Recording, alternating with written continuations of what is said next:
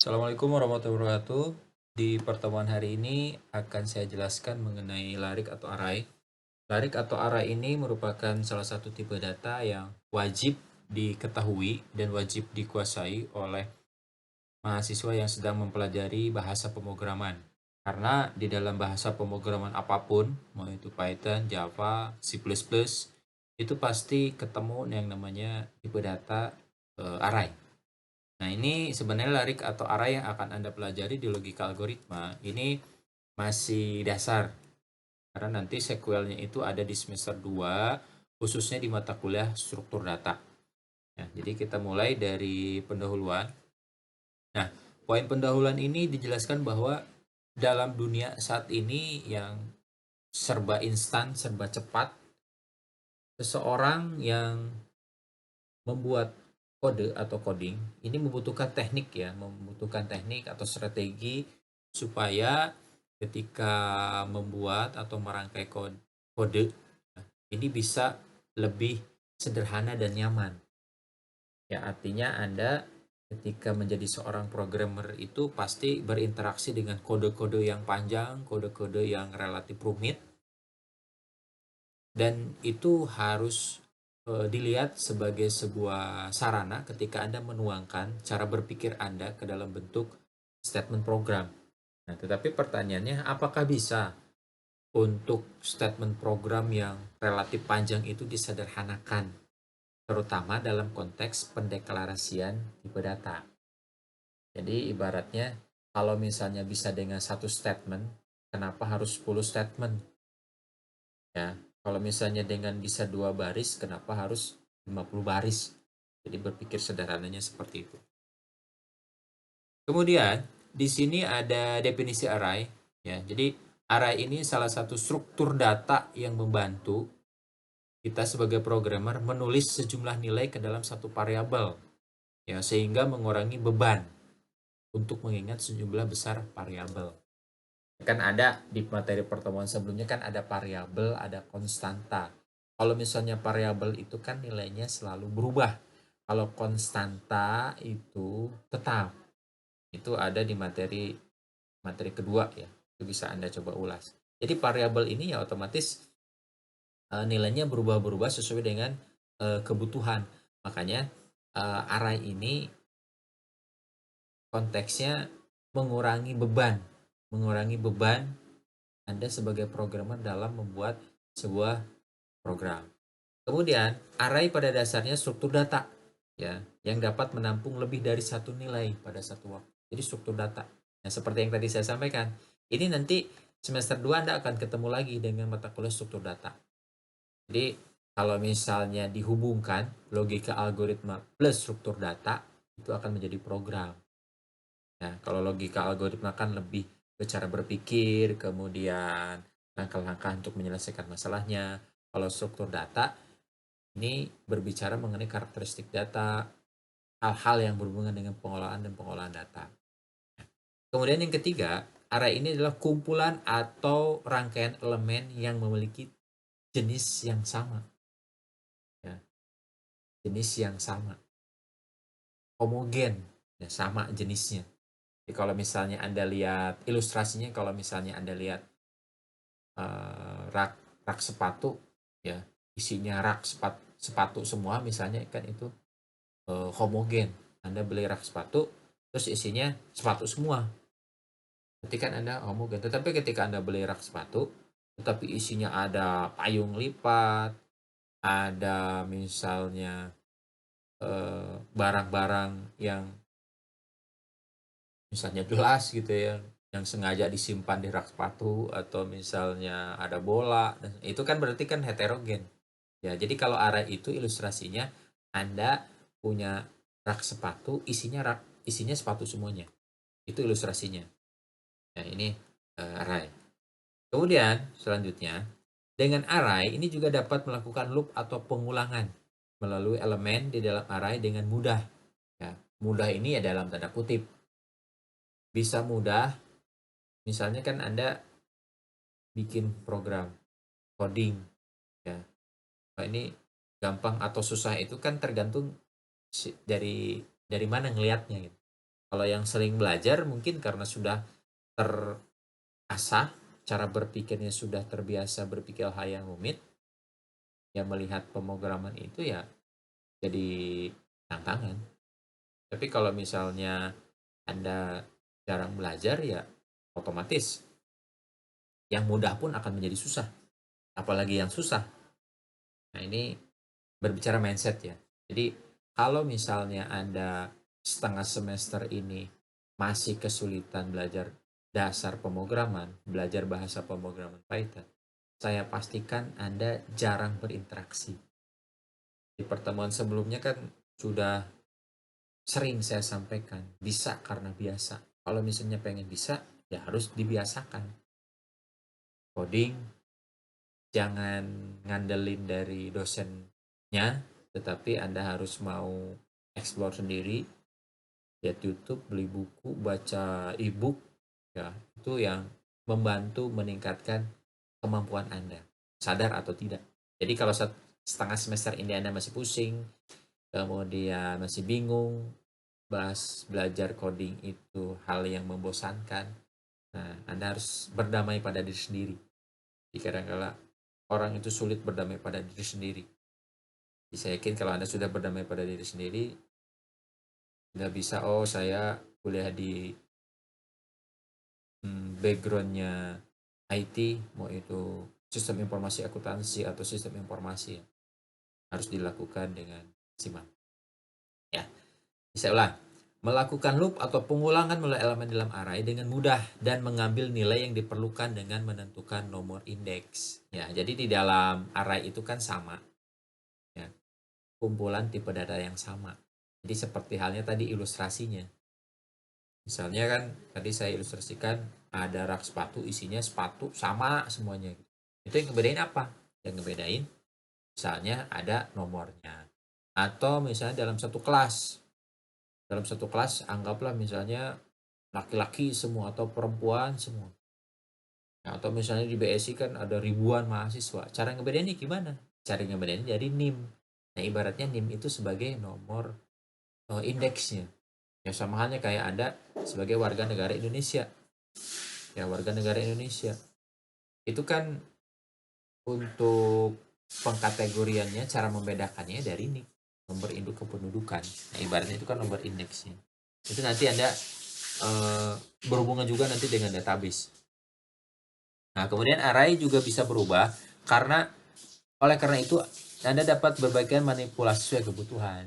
Jadi kalau misalnya Anda lihat di slide ya atau contoh-contoh itu bukan sebagai sebuah ketetapan, tapi nanti disesuaikan dengan kondisi atau kebutuhan. Jadi tentatif. Jadi Anda nggak bisa berpikir statis ya. Kalau contohnya A, pasti A itu nggak bisa. Jadi ketika Anda memang sudah berinteraksi, pasti Anda harus melakukan improvisasi-improvisasi, tentu saja sesuai dengan ketentuan yang seharusnya. Kemudian manfaat array atau kegunaan array yang pertama di sini yang sudah tadi dijelaskan di slide sebelumnya, membantu mengurangi ukuran keseluruhan kode yang kita buat ya.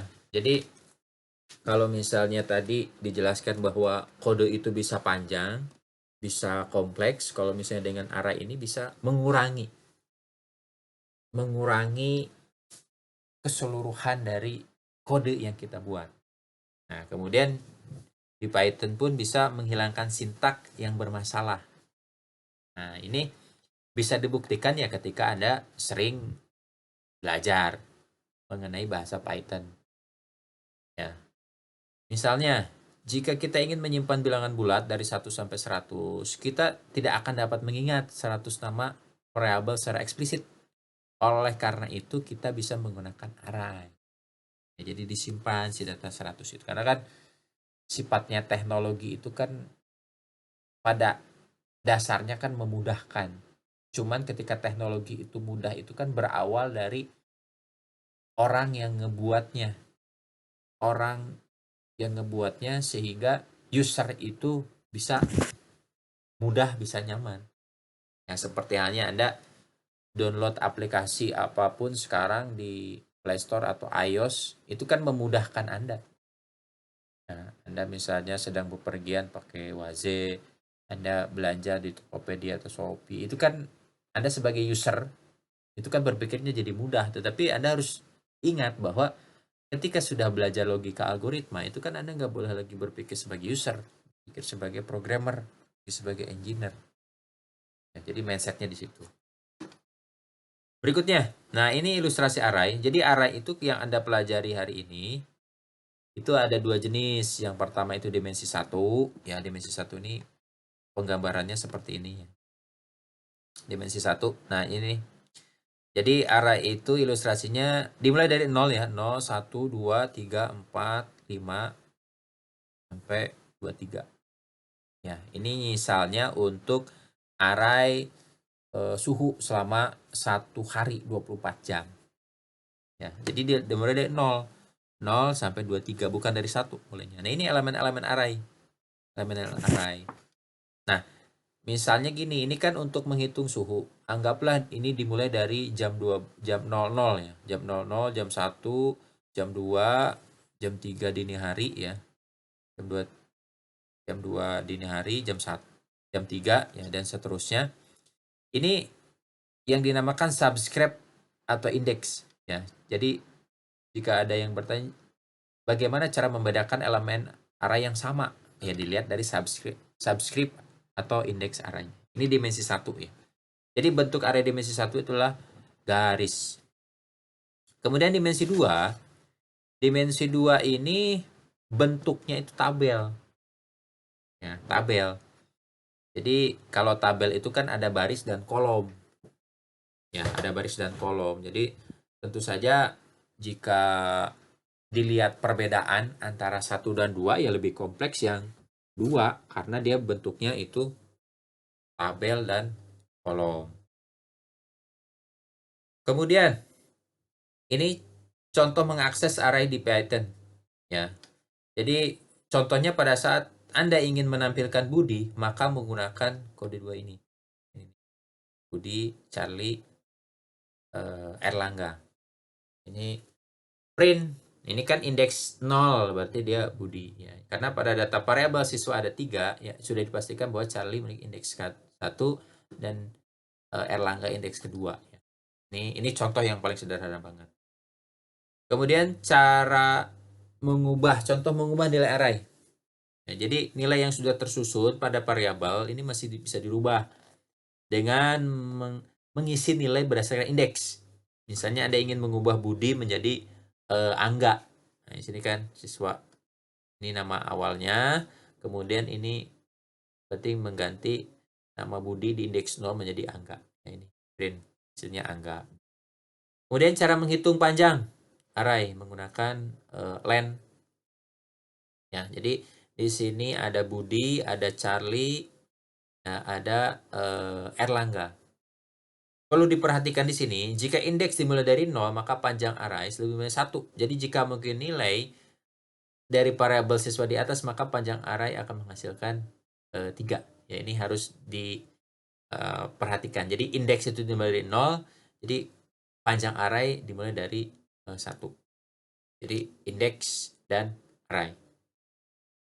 Kemudian cara menampilkan semua data. Nah, di sini nih ya. Jadi variabel terdapat 100 data menampilkan berdasarkan indeks, maka dibutuhkan 100 baris kode. Nah, supaya tidak menuliskan 100 kode, maka menggunakan for in loop. Nah, ini kan Budi Charlie ini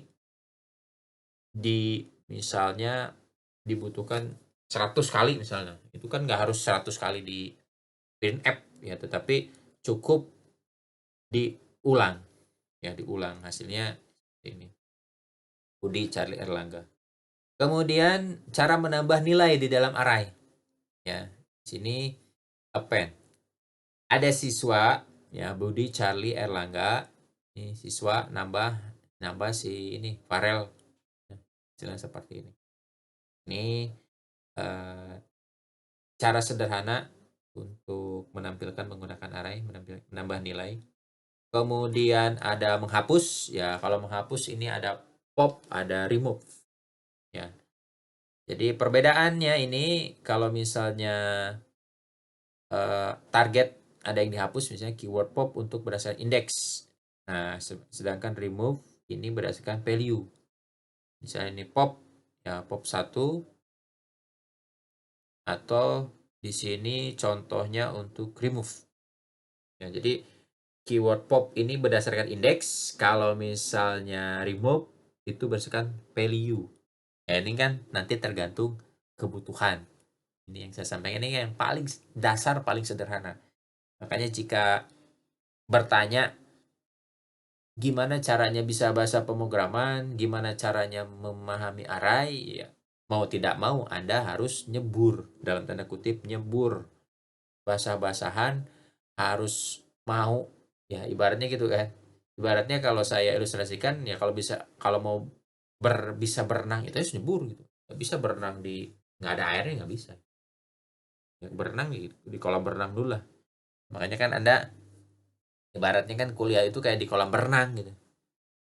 Ada permasalahan perkuliahan, ya masih bisa nanya dosennya, masih bisa nanya temennya.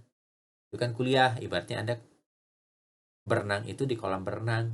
Kalaupun dalam itu masih bisa minta tolong lah, nama juga kolam berenang. Ya. Tapi kalau misalnya Anda sudah lulus, sudah bisa bekerja ya di bidang yang memang sudah Anda pelajari misalnya, ya, yang nyambung.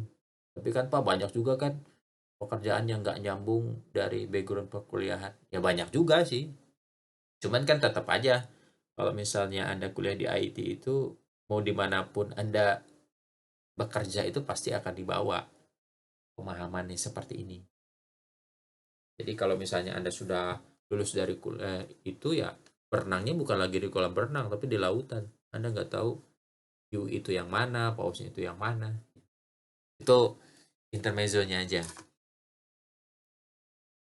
Kemudian ini contoh perbedaan array dan list. Jadi ini ada istilah lagi nih. Ya, jadi kalau misalnya di array ini, kalau array itu kan homogen ya. Kalau list itu heterogen, itu intinya gitu. Nah, kalau saya bacakan sini, pada dasarnya array mirip seperti list namun tidak sepenuhnya sama. Ada beberapa kesamaan seperti sama-sama menampung lebih dari satu nilai, ya, tetapi sama satu waktu ya sama-sama dapat diiterasi dan diindeks. Nah, perbedaannya ketika ingin membagi array dengan suatu nilai, hasilnya akan dicetak sesuai permintaan. Nah, dalam kasus list, Python akan menampilkan pesan error. Nah, ini contohnya seperti ini. Ya, contohnya seperti ini. Jadi, pada contoh ini dapat kita lihat saat array yang dimasukkan ke dalam variabel ARR, ya, array dengan angka 2, maka akan menghasilkan result yang sewajarnya. Akan tetapi pada list tidak akan menghasilkan pesan error. Nah, ya error-error seperti ini bisa ya sering Anda temui. Ibaratnya kalau seperti Subasa ya, mungkin Anda tahu yang kartunnya sepak bola ya. Jadikan dia kan punya statement itu, jadikan bola sebagai teman, makanya jago main bolanya gitu. Sama halnya kayak Anda, jadikan error sebagai teman gitu ya. Jadikan error sebagai teman, karena dengan sering Anda banyak error itu akan tersetting dengan sendirinya. Oh, kalau error di sini solusinya ini. Oh, errornya kalau di sini gitu. Kalau nggak pernah ketemu error kan pasti kaget. Jadi semakin sering Anda belajar dan semakin sering error, berarti Anda sudah terbiasa ya mencari solusi-solusi yang harus ada ya. Oke, kemudian ini contoh metrik ya. Contoh metrik, karena kalau dimensi 2 itu kan kolom dan baris ya, kolom dan baris. Nah, di dalam slide itu kan ada ini nih. Contoh yang ini ya. Ini nih. Contoh untuk area dimensi 2 ya. Kalau di slide itu kan seperti ini penggambarannya. Diberikan matriks A, ada 1 1 1 0. Perintah pokoknya gimana? Ada A, I, J sama dengan 1. Ini gimana sih kok rumit? Ya. Nah, makanya saya kasih bantu ini nih. Saya kasih bantu angka-angka ini 1,1, 1,2, 1,3 sampai dengan 4,4.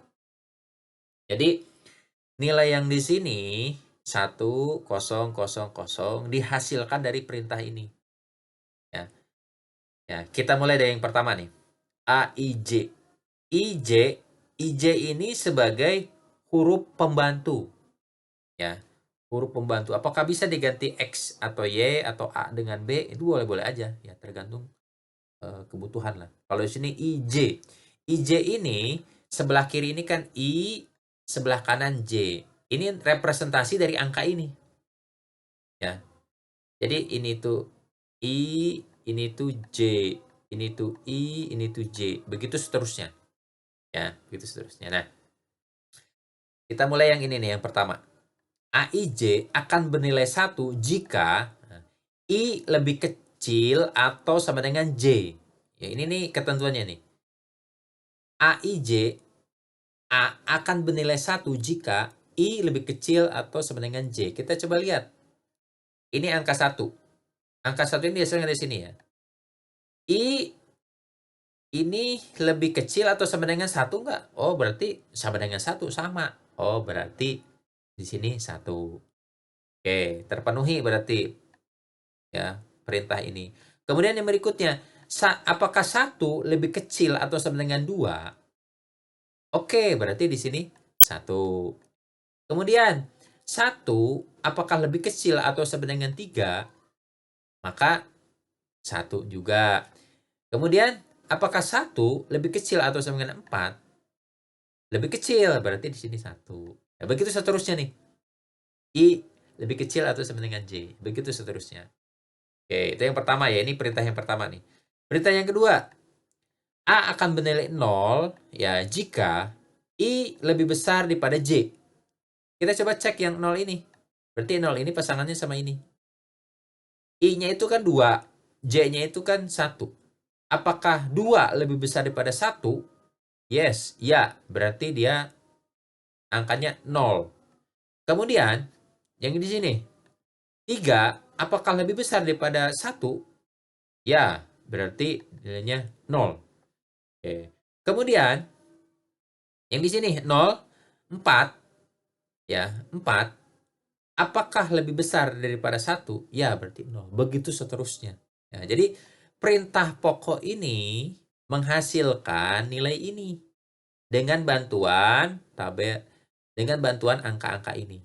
Ya, jadi, angka-angka ini yang merepresentasikan huruf I dan J. Ya, jadi seperti itu. Mungkin di antara teman-teman ada yang berpikir, Pak ini sebenarnya mikir-mikir kayak gini tuh untuk apa sih nantinya? Gitu ya. Kan kadang-kala suka ada aja sih yang kayak gitu ya. Kalau saya kuliah tatap muka juga suka ada yang agak-agak nyeleneh gitu ya. Jadi berpikir berpikir sederhana ya, mau berpikir sederhana dan tidak menyadari di mana dia berada. Biasanya sih kayak gitu. Kalau kalau mahasiswa yang berpikir, ini buat apa sih gitu? Ribet-ribet banget Pak, kayak gini ya. Nah, berarti kan dia nggak open mind kalau kalau kayak gitu ya. Ini buat apa sih sebenarnya? Itu pertanyaan yang sederhana yang kadangkala bisa jadi motivasi, bisa juga jadi apa ya, jadi hal yang mengganggu gitu. Kalau motivasi kan Anda berpikir, "Oh ini nanti ke depannya saya akan belajar A, belajar B." Jadi kan ada semangat. Tapi kalau jadi hambatan, "Ah, Korea belajarnya seperti ini buat apaan?" gitu. Nah, ini akan saya coba jelaskan, ya, akan saya pancing Anda, akan saya trigger Anda untuk berpikir open mind. Ini buat apa sebenarnya? Ini beberapa contoh aja, ya Anda nanti bisa cek sendirilah ya. Nah, e-commerce contoh jadi Array ini bisa masuk ke area data science ya. Ini sebenarnya tingkatannya lebih tinggi, cuman nggak apa-apalah Anda jalan-jalan sedikit untuk menjawab pertanyaan yang tadi, supaya Anda bisa jadi motivasi. Nah, ini kan saat ini e-commerce ya, e-commerce berbelanja orang-orang itu, khususnya semenjak Covid itu kan di dalam rumah ya. Jadi jarang keluar rumah. Bahkan dengan adanya Covid itu kan beberapa minimarket kalau di Karawang itu kayak nggak di Karawang aja sih. Beberapa daerah kan kayak Sentro, kayak Matahari itu kan terimbas dari Covid. Kenapa? Karena bukannya orang udah berhenti belanja, enggak, karena orang itu sudah belanjanya menggunakan aplikasi ya Tokopedia, Shopee dan sebagainya di marketplace. Ya. Yang jadi pertanyaan, emang ada hubungannya Pak dengan apa yang saya pelajari? Ya iyalah, ya. Ya itu semua kan Anda ketika berbelanja itu sadar atau tidak tata letak halaman, produk yang dijual ya, harga yang dipersonalisasi, kemudian bisa real time ya. Ini penerapan dari data science ya dasarnya dari algoritma juga. Misalnya kalau Anda ketika beli misalnya di Tokopedia ada yang namanya testimoni, kemudian nanti ketika Anda mau beli barang tapi nggak jadi check out terus diingetin sama aplikasinya. Nah, yang seperti itu kan oleh by system dalam tanda kutip by system ya. Bukan ada orang yang ngingetin nama-nama Anda enggak. Ini contoh real yang pertama, yang kedua fraud detection. Ini juga berhubungan dengan industri keuangan, data science, ya, AI. Ini untuk hal-hal yang memprediksi ya kerusakan gangguan kecil di kerugian finansial, analisis prediksi real time. Ya kalau sekarang kan misalnya Anda mau investasi saham atau Bitcoin itu kan banyak aplikasi ya sebagai investasi. Mungkin Anda di sini bisa mungkin tertarik ya atau mungkin sudah terjun ke dunia saham. Nah, itu kan semuanya ada analisa dan sebagainya dari sisi keamanan ya. Itu lanjutan dari apa yang Anda pelajari hari ini. Itu ya bisa ngelihat dari uh, candle dari diagram candle bagaimana pergerakan harga saham dan sebagainya, menentukan harga dan sebagainya secara real time ya. Itu bisa Anda lihat lah keliling Anda bahwa memang hari ini memang seperti itu. Kemudian ada dynamic pricing ya.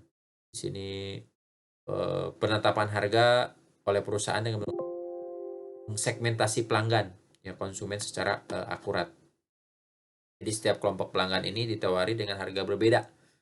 Misalnya kalau yang sering belanja itu harganya berbeda dengan yang jarang belanja. Kalau yang sering belanja misalnya banyak ininya apa diskonnya. Nah, itu kan kalau misalnya pakai manusia untuk mengkategorikan itu kan pusing gitu. Karena kan yang belanja di Tokopedia misalnya atau di Shopee kan nggak 100-200 orang per hari, ribuan mungkin jutaan. Nah, itu gimana caranya kan? Cara untuk mengkelompokkan orang yang sering belanja dan yang baru pertama kali belanja itu kan biasanya ada diskon secara personalisasi. Jangankan di e-commerce ya, toko biasa juga kan kadang-kadang suka gitu. Oh si bapak ini sering belanja nih, berarti ada saat di mana oh ada diskon gitu ya. Atau kalau mau lebaran, oh ini si bapak ini sering belanja ada THR misalnya. Nah kan hal seperti itu kan ada pengelompokan secara personal. Itu dasarnya algoritma. Oke. Nah, supaya Anda bisa menerjemahkan apa yang tadi saya jelaskan, ini latihan nih, ya latihan. Ini masing-masing. Ini masing-masing Anda coba kerjakan karena kalau cuma mendengarkan suara saya nggak ada bedanya Anda dengerin radio. Ya, jadi harus menerjemahkan apa yang saya jelaskan. Jadi Anda ini ada 3 soal ya, ada 3 soal. Dibuat perintah pokok. Ya, perintah pokok tuh kayak gimana? Kayak ini. Nih buat perintah ini perintah pokok. Nanti Anda buatnya boleh pakai bantuan ini. Jadi nanti Anda bisa bisa buat ya nanti di ini ditulis tangannya. Nanti tulis tangan itu nanti akan saya tanya di akhir sesi perkuliahan ini. Siap-siap aja nih. Makanya kalau yang kerja atau yang lagi di jalan ya, yang beneran kerja ya, yang beneran kerja, dua yang lagi di jalan, itu harap nanti di-list namanya. Kalau di-list namanya kan nggak akan saya tanya gitu. Cuman kalau yang tidak nge-list nama, terus saya tanya tapi slow respon, saya mikirnya jadi enggak ya, mungkin lagi nggak standby, kan ini jam perkuliahan gitu. Jadi semua apapun yang dilakukan di luar perkuliahan ya saya harus tahu kondisi Anda gitu. Bukannya saya kepo atau gimana ya, kan saya juga tanggung jawab gitu. Ya bisa aja kalau secara moral saya ya ya bodo amat itu Anda mau ikut kuliah apa enggak gitu. Nggak akan saya tanya. Nah, saya nggak bisa. Bisa sih kayak gitu, cuman kan saya nggak bisa kayak gitu. Makanya apapun yang selama proses pembelajaran dari jam 18.30 sampai nanti 21.30 ya saya harus tahu kondisi Anda seperti apa. Ya, bukannya kepo, tapi memang itu tanggung jawab saya. Ya ini Anda kerjakan, ini individu ya. Kemudian kalau yang ini, nah ini per kelompok ya, per kelompok buat 2 buah matrik, pengurangan 2 buah matrik. Ya ini masing-masing. Ini dikumpulin kapan? Kerjain dulu aja. Yang Anda bikin pakai bahasa pemrograman Python. Jadi seperti itu aja penjelasan area dari saya. Mudah-mudahan Anda tidak puas dengan penjelasan saya sehingga Anda mau explore, mau tanya, mau baca buku, mau lihat YouTube, mau baca e-book. Nah, disitulah proses berpikir Anda dimulai ketika Anda menyadari diri Anda itu seorang mahasiswa. Terima kasih atas perhatiannya. Mohon maaf jika ada kata-kata yang kurang tepat. Wabillahi taufiq walhidayah. Wassalamualaikum warahmatullahi wabarakatuh.